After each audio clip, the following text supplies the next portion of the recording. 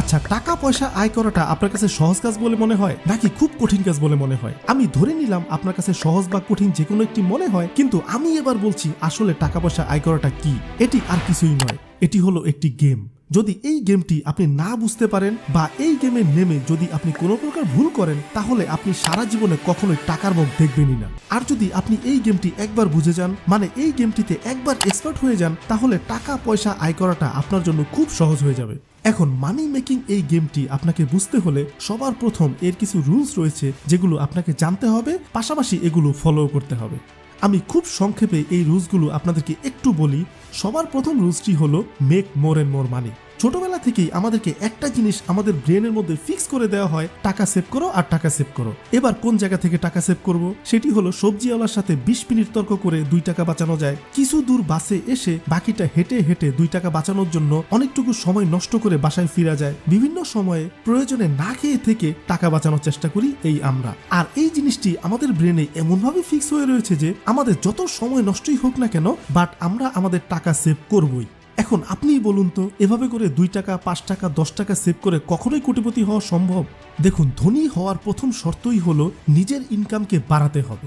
এই মুহূর্তে আপনি যত টাকাই ইনকাম করছেন, আপনার ইনকামকে এর চেয়েও 10 গুণ বেশি বানাতে হবে, যে করেই হোক। দেখুন, আমরা যেই সময়ে 2 টাকা বাঁচানোর জন্য সবজিওয়ালার সাথে 20 মিনিট তর্ক বিতর্ক করছি, ঠিক এই বয়সটিতে মিস্টার বিল গেটস তার উইন্ডোজ প্রোগ্রামটিকে আবিষ্কার করার কাজে ব্যস্ত ছিলেন।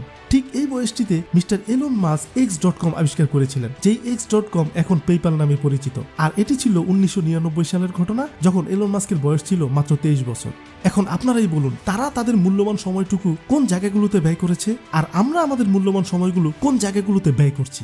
দেখুন, এখন বিষয় হলো, আপনাকে যদি 10 গুণ টাকা বেশি ইনকাম করতে হয়, তাহলে এর জন্য আপনার স্কিলকে বাড়াতে হবে, মাল্টিটাস্কিং করা শিখতে হবে। যেমন ধরুন, আপনি চাকরি করছেন, শুধু চাকরিটাই করবেন তা না, এর পাশাপাশি একটা বিজনেস শিখতে হবে, পাশাপাশি মার্কেটিং শিখতে হবে, পাশাপাশি অন্যান্য ডিপার্টমেন্টের অনেক জিনিস শিখতে হবে। এটিকেই এখানে মাল্টিটাস্কিং বলা হচ্ছে। এই জিনিসগুলো আপনাকে শিখতে হবে, পাশাপাশি আপনাকে স্মার্ট ওয়ার্ক করতে হবে। স্মার্ট ওয়ার্ক কেন বলা হচ্ছে? কারণ এখন অনলাইনের টাইম, আপনাকে এই অনলাইনের বিষয়গুলো খুব ভালোভাবে জানতে হবে। তা না হলে যুগের সাথে তাল মিলিয়ে আপনি কখনোই আপনার ইনকামকে বাড়াতেই পারবেন না। আপনি যদি এভাবে করে মনে করেন, ভাই এটি আমাকে দিয়ে কখনো সম্ভবই না, তাহলে আপনি এটি ভুল ভাবছেন। কারণ টাকা আয় করার ইচ্ছা যদি আপনার মধ্যে থেকেই থাকে, তাহলে আপনি ঠিকই কোনো না কোনো কাজের উপায় বের করেই নেবেন। আর যদি ইচ্ছা না থাকে, তাহলে আপনি যেটি করবেন, অজুহাত তৈরি করবেন। আর বিশ্বাস করুন, আমাদের সব মানুষগুলোর মধ্যে না এই দুই ধরনের মানুষই রয়েছে। কেউ তার ইচ্ছার কারণে ঝাঁপিয়ে পড়ছে কাজে, কেউ তার অনিচ্ছার কারণে অজুহাত তৈরি করে বসে রয়েছে। সো এখন আপনিই ভাবুন, আপনি কি করবেন। সম্পূর্ণ বিষয়টা আপনার নিজের ইচ্ছার উপর নির্ভরশীল। রুলস নাম্বার 2, টাকা শুধুমাত্র জমালেই হবে না, ইনভেস্টও করতে হবে।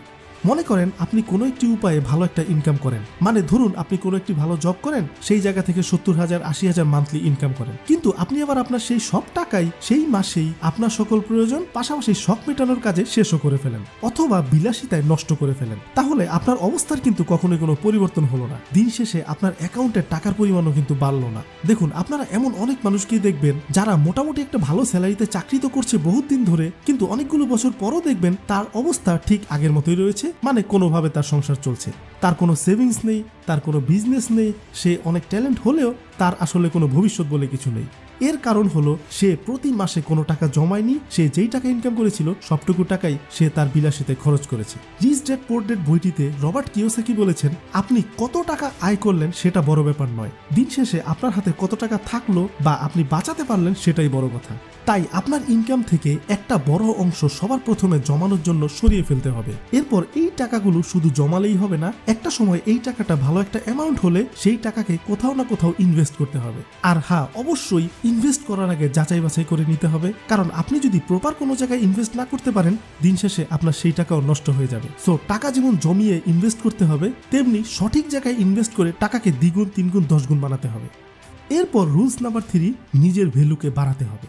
আপনি নিশ্চয়ই বড় বড় সেলস বা বিজনেস কনসালটেন্টের নাম শুনেছেন, যারা একটি মিটিং করার জন্য 10 লাখ টাকা বা তার চেয়েও অনেক বেশি টাকা চার্জ করে। আর বড় বড় কোম্পানিগুলো এত মোটা অঙ্কের টাকা দিয়ে তাদেরকে হায়ার করে, কারণ তাদের মধ্যে সেই যোগ্যতাটি রয়েছে, তাদের মধ্যে প্রবলেম সলভ করার ক্ষমতাটি রয়েছে। আর এই দক্ষতা তারা একদিন 2 দিনে তৈরি করেনি, তারা বছরের পর বছর পরিশ্রম করে বিভিন্ন জায়গা থেকে নলেজ নিয়ে তারা এই দক্ষতা তৈরি করেছে। আর এজন্যই এখন তারা টাকার পিছনে ছুটে না, বরং টাকাই তাদের পিছনে ছোটে। আর আপনি যদি নিজের স্কিলকে সেভাবে করে তৈরি করতে পারেন এবং মানুষের প্রবলেম সলভ করতে পারেন, তাহলে মানুষ আপনার উপর টাকা ঢালতে প্রস্তুত হয়ে যাবে। আজকের দিনে এই প্রসেসটি কিন্তু অনেক ভালো একটি ওয়ে খুব দ্রুত ধনী হওয়ার জন্য।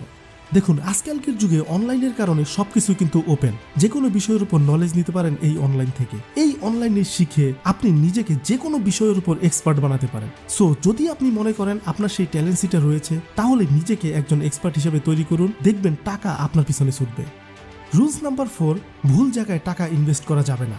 ওয়ারেন বাফেট এক সাক্ষাৎকারে দুটি সূত্র বলেছিলেন। প্রথম সূত্রটি হলো নেভার লুজ মানি, আর দ্বিতীয় সূত্রটি হলো never forget the first rules.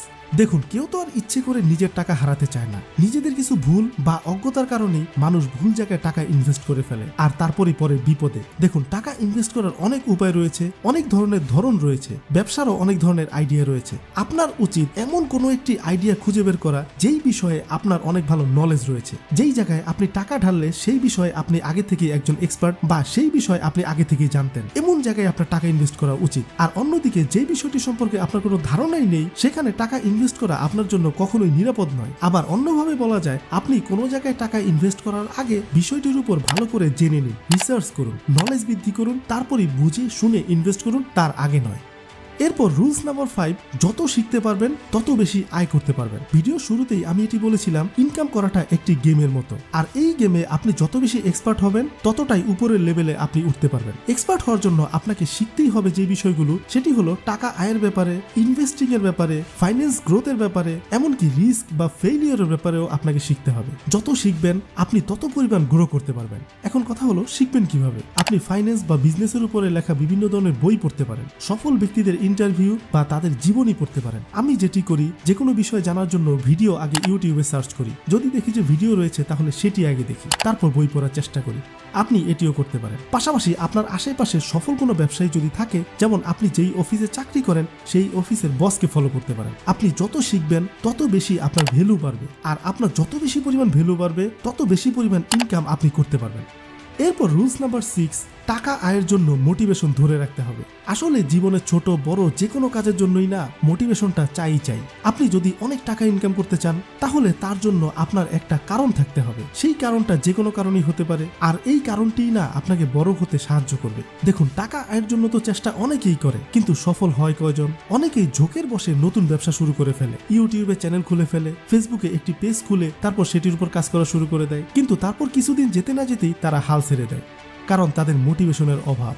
এরা কিছুদিন যাওয়ার পরই ভাবে, ভাই এই কাজ আমাকে দিয়ে কখনোই সম্ভব না, বা তাদের আসলে কখনো টাকার প্রয়োজনই ছিল না। তাই আপনি কোনো কাজ শুরু করার আগে এটি আগে ভাবুন, কাজটা আপনি কেন শুরু করতে চান, টাকা আয় আপনি কেন করতে চান। টাকা আয় করা কি আপনার নিজের জন্য দরকার, বা আপনার বাবা মায়ের জন্য দরকার, বা ভালোবাসার মানুষের জন্য দরকার, কিংবা শত্রু বা অপমানের জবাব দেওয়ার জন্যই হোক না কেন, যে কারণেই আপনি বড়লোক হতে চান না কেন, সেই কারণটা আপনি সবসময় মাথায় রাখবেন। তাহলেই দেখবেন আপনার মোটিভেশনই লং টার্মে আপনাকে বড় হতে অনেক বেশি সাহায্য করবে। সবার শেষ রুলসটি এবং রুলস নাম্বার 7, টাকা ইনভেস্ট করার পাশাপাশি সময়ও ইনভেস্ট করতে হবে।